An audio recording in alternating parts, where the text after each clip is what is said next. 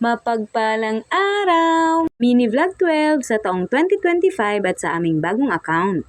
For today's video ay magkasundo ang magkuya sa paglalaro at kinabukasan binisita namin ang mamala at naki-birthday na din. Pero bago ang lahat, pagpasensyahan nyo na po kung may batang uungot-ungot sa background ng voice over. Karga ko kasi si Popoy at parang gusto niya akong agawan.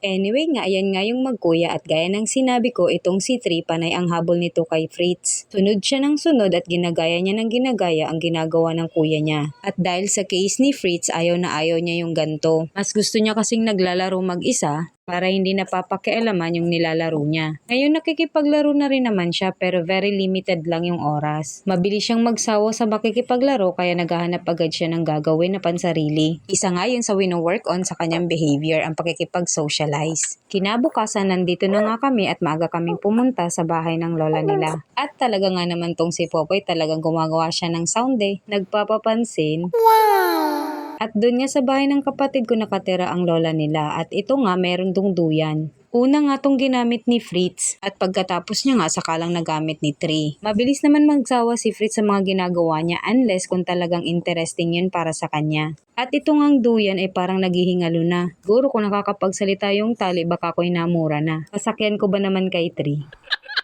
At ayan nga, so far hindi naman bumigay yung duyan at nagsawa din naman si Tri. Kita nyo yun, pagka-dede niya kumain pa rin siya ng taho. Hindi, joke lang po. Pagkatapos niyang tumede, nakatulog siya. Then pagising niya, sakto naman pagdaan ng taho. Sobrang aga kasi niyan gumising, tas ang aga din namin umalis. Kaya ayun, nakaidlip siya at ang taho naman dito ay dumadaan medyo tanghali na. Birthday din pala ng aking bayaw. Kaya kami pumunta dito para makikain na rin. Abay, sino nga ayaw? Libre na ang tanghalian, merienda at hapunan. May take out pa.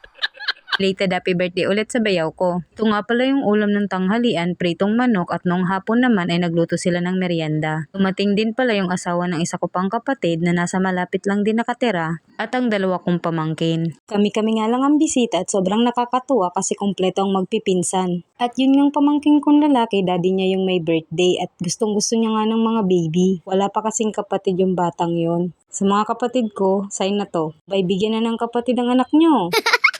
Ay kung makautos sa kalamoy kadali. Anyway, ito na nga yung handa nung hapon, pansit bihon. Luto nga pala yan ng mama ko na iniyabang pa sa amin. Sarap daw yun kasi expected na daw yun sa nanay na may anak na chef.